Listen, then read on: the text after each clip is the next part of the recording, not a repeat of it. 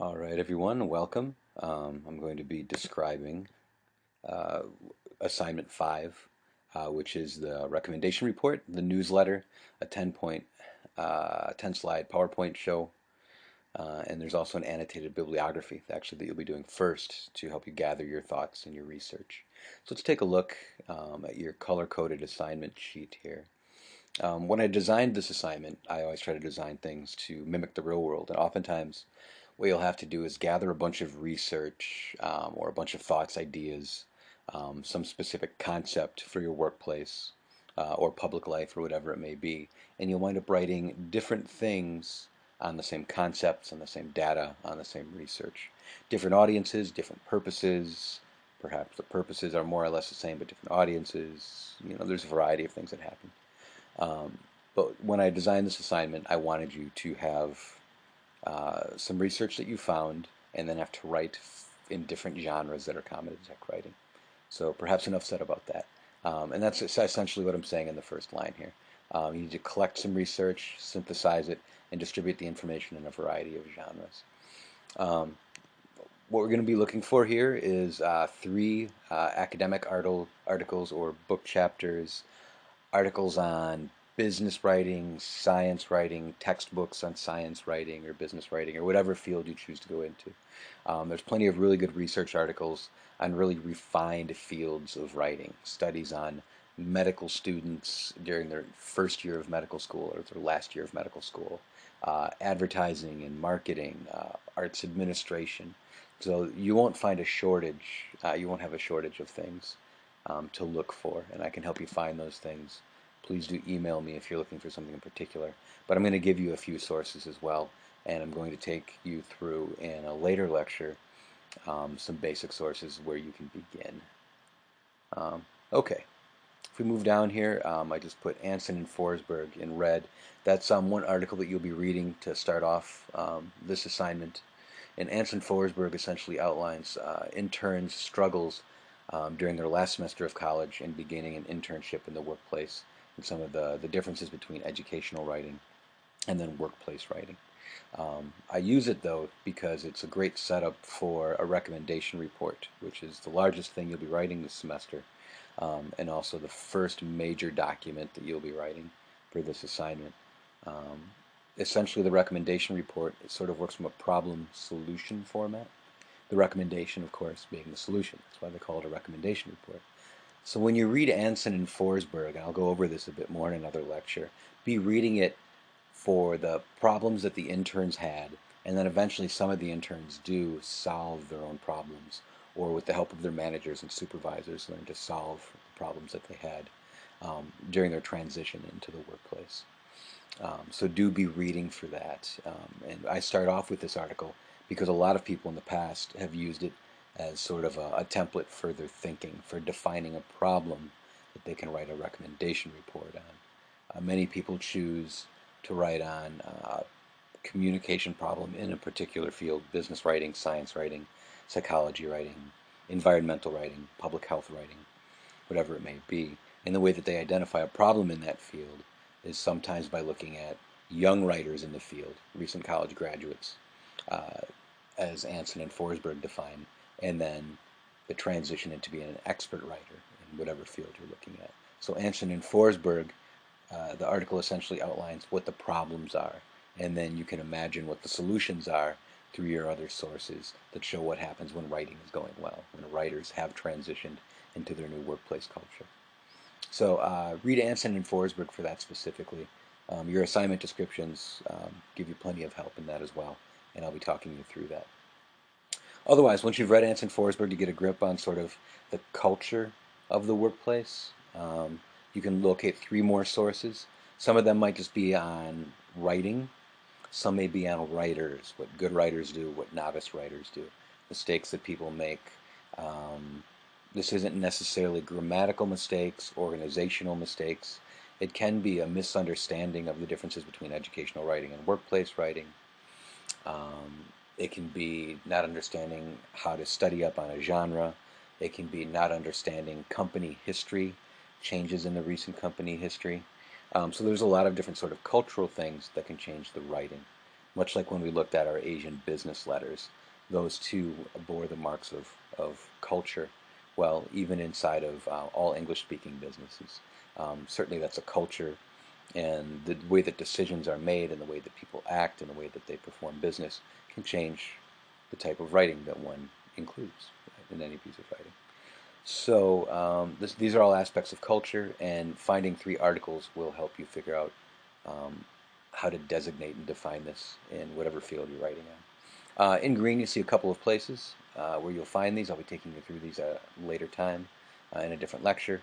WAC Clearinghouse has a lot of good research. I'll be taking you through some specific books. And of course, our library, the catalog or the online databases. Either one has good articles. You can also look to the recommendation report samples by my past students. They each have their annotated bibliography included inside of the recommendation report, so you can see what types of sources they were using.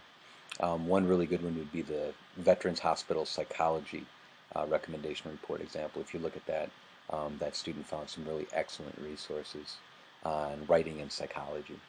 So that'll give you a good idea of what types of articles exist and what they're saying. Okay, so we're up to the yellow code here. This assignment focuses on researching a particular occupation or discipline's common forms of technical communication. Again, you can get the most out of this by looking at past students' writing.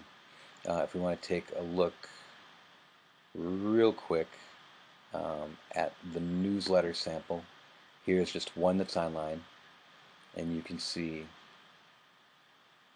that this is sort of environmental writing. This is a newsletter. Winds up being a newsletter for people interested in risk management and the writing of environmental manuals. And if we take a look at the matching recommendation report, you'll see also focused on environmental writing, risk communication for outdoor activities. Risk communication is simply communicating any aspect of risk to the public. In this case, it was for outdoor climbing adventure activities, but that can be for public health as well. Outbreaks of the flu or whatever it may be. Right? Those are all risk communication forms of communication, which is very, very popular, as you can imagine, in technical writing. So we'll take a look at this later in detail, but you can see that all of this is defined, all of the thinking is defined by environmental writing, and in this case, particularly how to write a liability waiver. That was the problem and then the solution that the student chose. So that's essentially what you'll be finding. In blue here, we have other examples from past students. Medical language. People in the sciences that are going to medical school or something like it often choose this. Find out what medical student struggles are, what types of writing they need to perform during medical school and then after. And that way it's sort of a novice to expert transition, much like the Anson-Forsberg article, but with medical students rather than communication students, journalism students, etc., like Anson-Forsberg has. Military communication, the regulations and history of air pilot lingo. That was a really fascinating report that someone did a few years ago, explaining how it sort of crosses cultural barriers in that everybody can understand it, and so it's supposed to cut down on mistakes. However, mistakes are still made, and there was a really interesting outline of why the mistakes were made and unfortunately what the outcome of these major airline mistakes were when the language broke down. But the style of cookbooks, differences between Chinese and U.S. technical writing, so sort of cross-cultural communication, kind of like we did with the Chinese and American business letters a few weeks back. Science writing, educational writing, risk communication. Whatever your discipline is, you can talk in the discipline basically, or you could find sort of a subfield of the discipline, and that would be okay as well. For environmental writing, that was just an English student that did this. That was into, she was sort of, she liked to run, she liked to be outdoors, she liked to climb the bluffs, so she decided to look into writing manuals for environmental endeavors. So you can mix in your major, but also probably some of your personal interests in there, and you should take on, something that's of interest to you if you do that. Otherwise, I'll take you through WAC Clearinghouse, but the WHU library has a lot of good books. on public health writing, legal writing, bioscience writing, whatever it is that you're into. Think of the field in general first, so health writing, public health writing. Later, if you wanted to focus on, outbreaks of contagious diseases, maybe you'd have to find a library article on that. You might not find a whole book just on how to write that type of thing, but that would fall under the guidelines of public health. Right. Same thing with legal writing. Well, there are many forms of legal writing, many genres of legal writing. So just grabbing one or two basic textbooks as sources to get you going are good, and then you can find a more refined article on a specific aspect of legal writing that you want, entertainment law or family law or whatever it may be, and that would be fine. Um, and if you can't find anything that refined, that's also okay. You can just go with legal writing, um, and maybe focus on one or two genres to kind of provide your recommendation report and your newsletter some specifics. Later, I'll just be looking at Anson and Forsberg and past students' reports to teach you a bit more about this assignment. That's in an upcoming lecture. If we go to what you'll be writing then, stage one for all of this, a three-source annotated bibliography. So over the next few days, you're going to be finding your sources. Once you find those three sources, you'll need to read them and then annotate them. An annotation is simply a summary, I guess we could call it, of about 150 words. I do have an example document we'll look at in a minute, and that example document is online in D2L. The 150 words should be essentially summary. Annotated bibliographies can include sort of a connection to the conversation. That is, how does this article connect to other articles like it or other problems in the field? So it's more like a review of the literature in the last few sentences, but mainly your annotation should be just summary of that article. Shouldn't be how you feel about it, shouldn't be how you're going to use it necessarily, just pure summary for at least 130 words in this case. The last few sentences might be how you plan on using it or how it aligns with your other sources or fills in a gap in your project, but please, just a few sentences on that.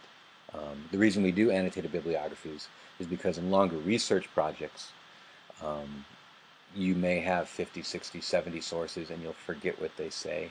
So a good summary helps, naturally. The other thing to note, your annotations will become part of your recommendation report. Let me just pull it up here. Pretty sure this one has it in. Research methods.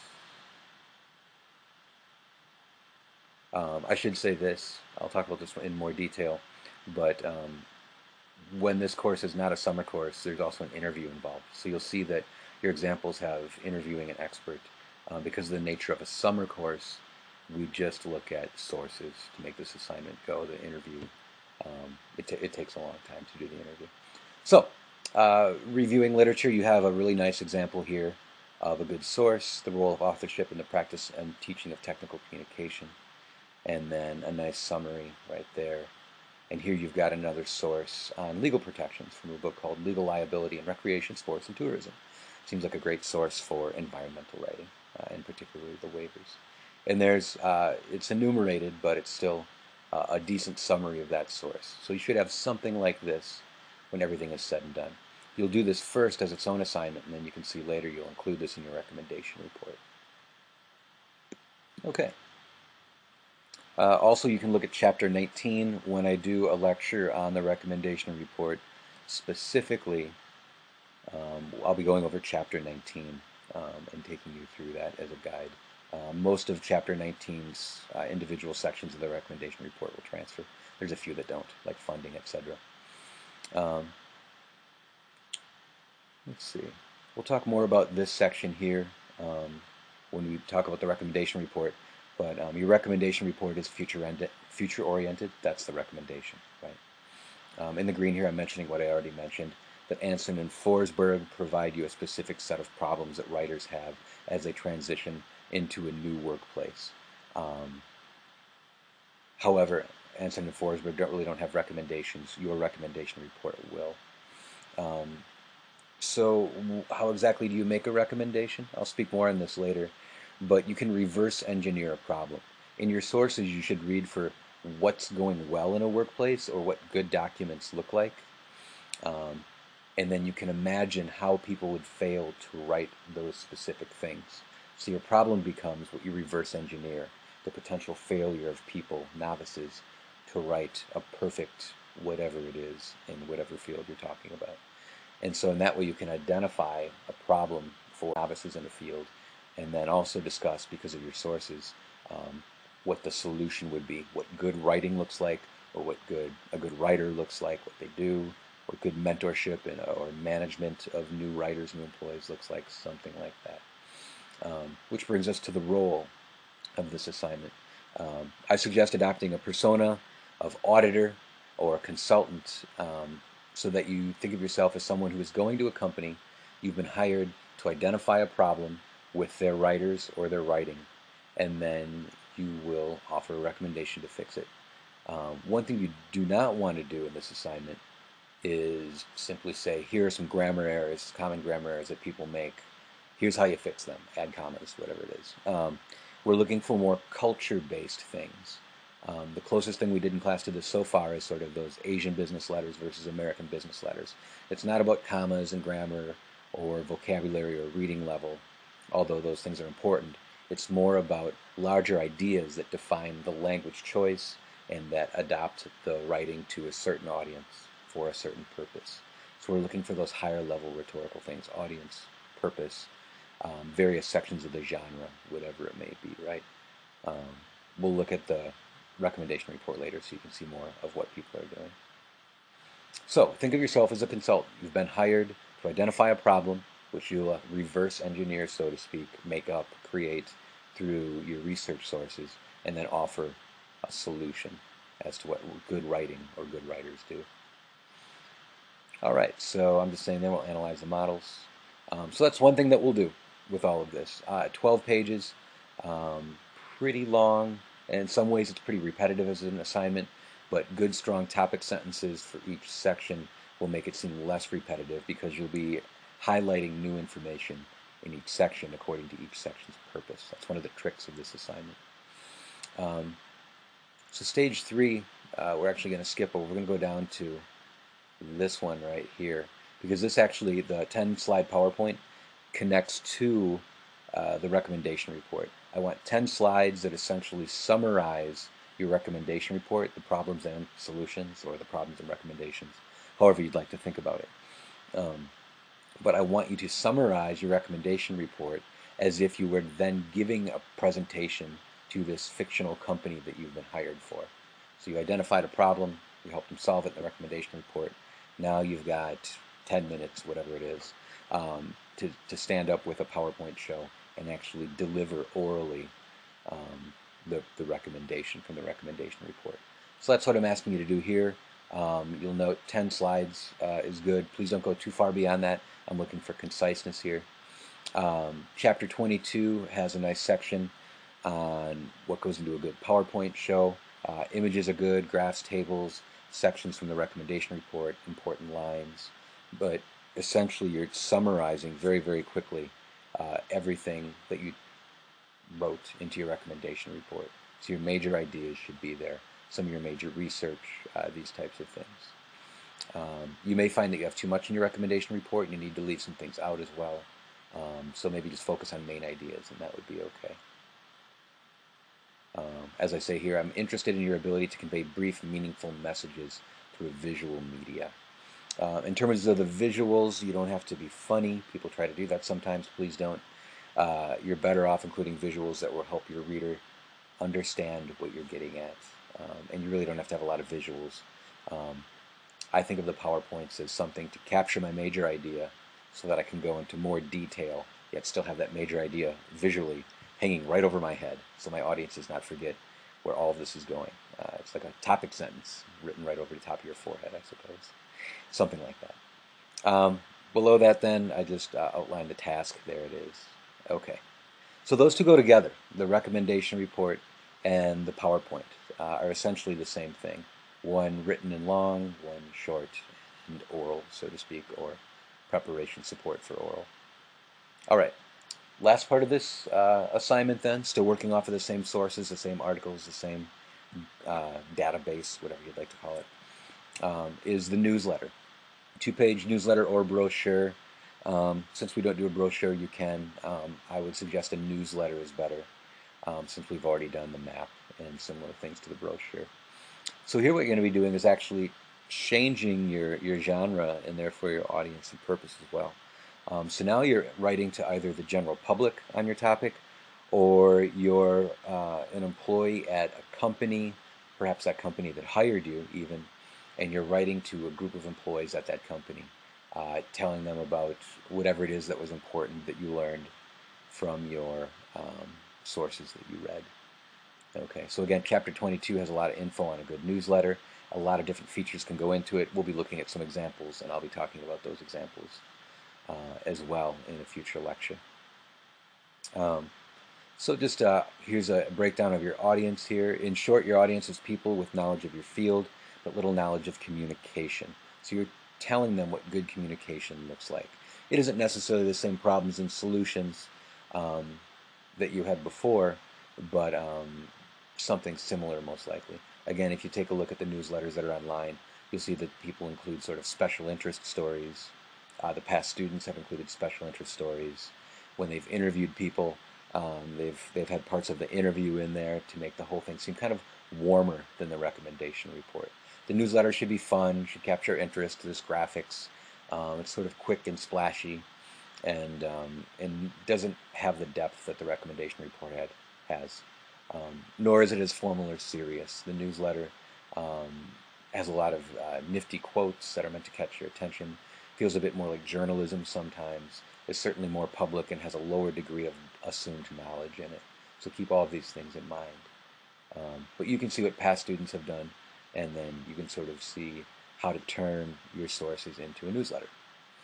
So again, here I have a role. You're the head of communications and public relations for a major organization in your field, some type of workplace, imagined or real, whatever. The newsletter is supposed to capture the basics of writing in the field and pass it on to the general public. So you can do that a variety of ways. You can just pretend to be an expert yourself. That would be fantastic. You can quote some of the sources that you've written. And there are other things that you'll see in the examples as well that will work. Here are the specs right here. Front and back, please. How many words? You'll see that the students have varying amounts of words. Probably going to need a couple hundred. Some people tend to go closer to 500 or 600. You'll need at least one graphic, but you'll probably want more than that. Your standard newsletter usually has several graphics, columns, etc. Appropriate typeface, appropriate use of borders, margins, headings for a newsletter.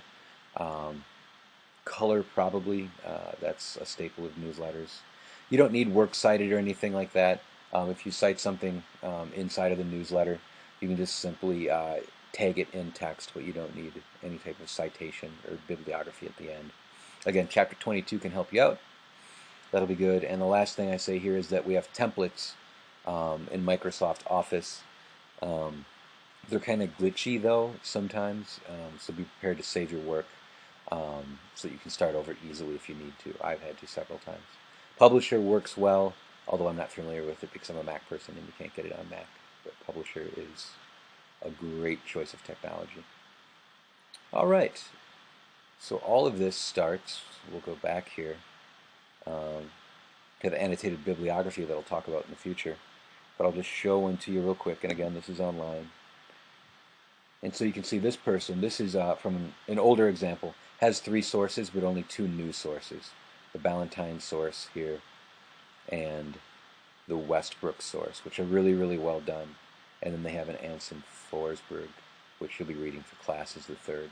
You'll need 3 new sources. You don't have to annotate Anson and Forsberg, but you can see again what, before it's put into the recommendation report, what an annotated bibliography looks like. So you can see about 150 words, summary of major ideas, and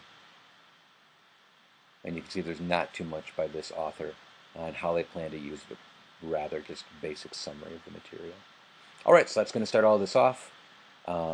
In future lectures here, we'll be looking at the assignments and some of the other particulars of this large assignment 5, which ultimately it reproduces the workplace and is supposed to involve you in workplace culture rather than just grammar or audience and purpose and rhetorical concepts, but make you think about the people behind the writing, not just the writing. All right, thank you.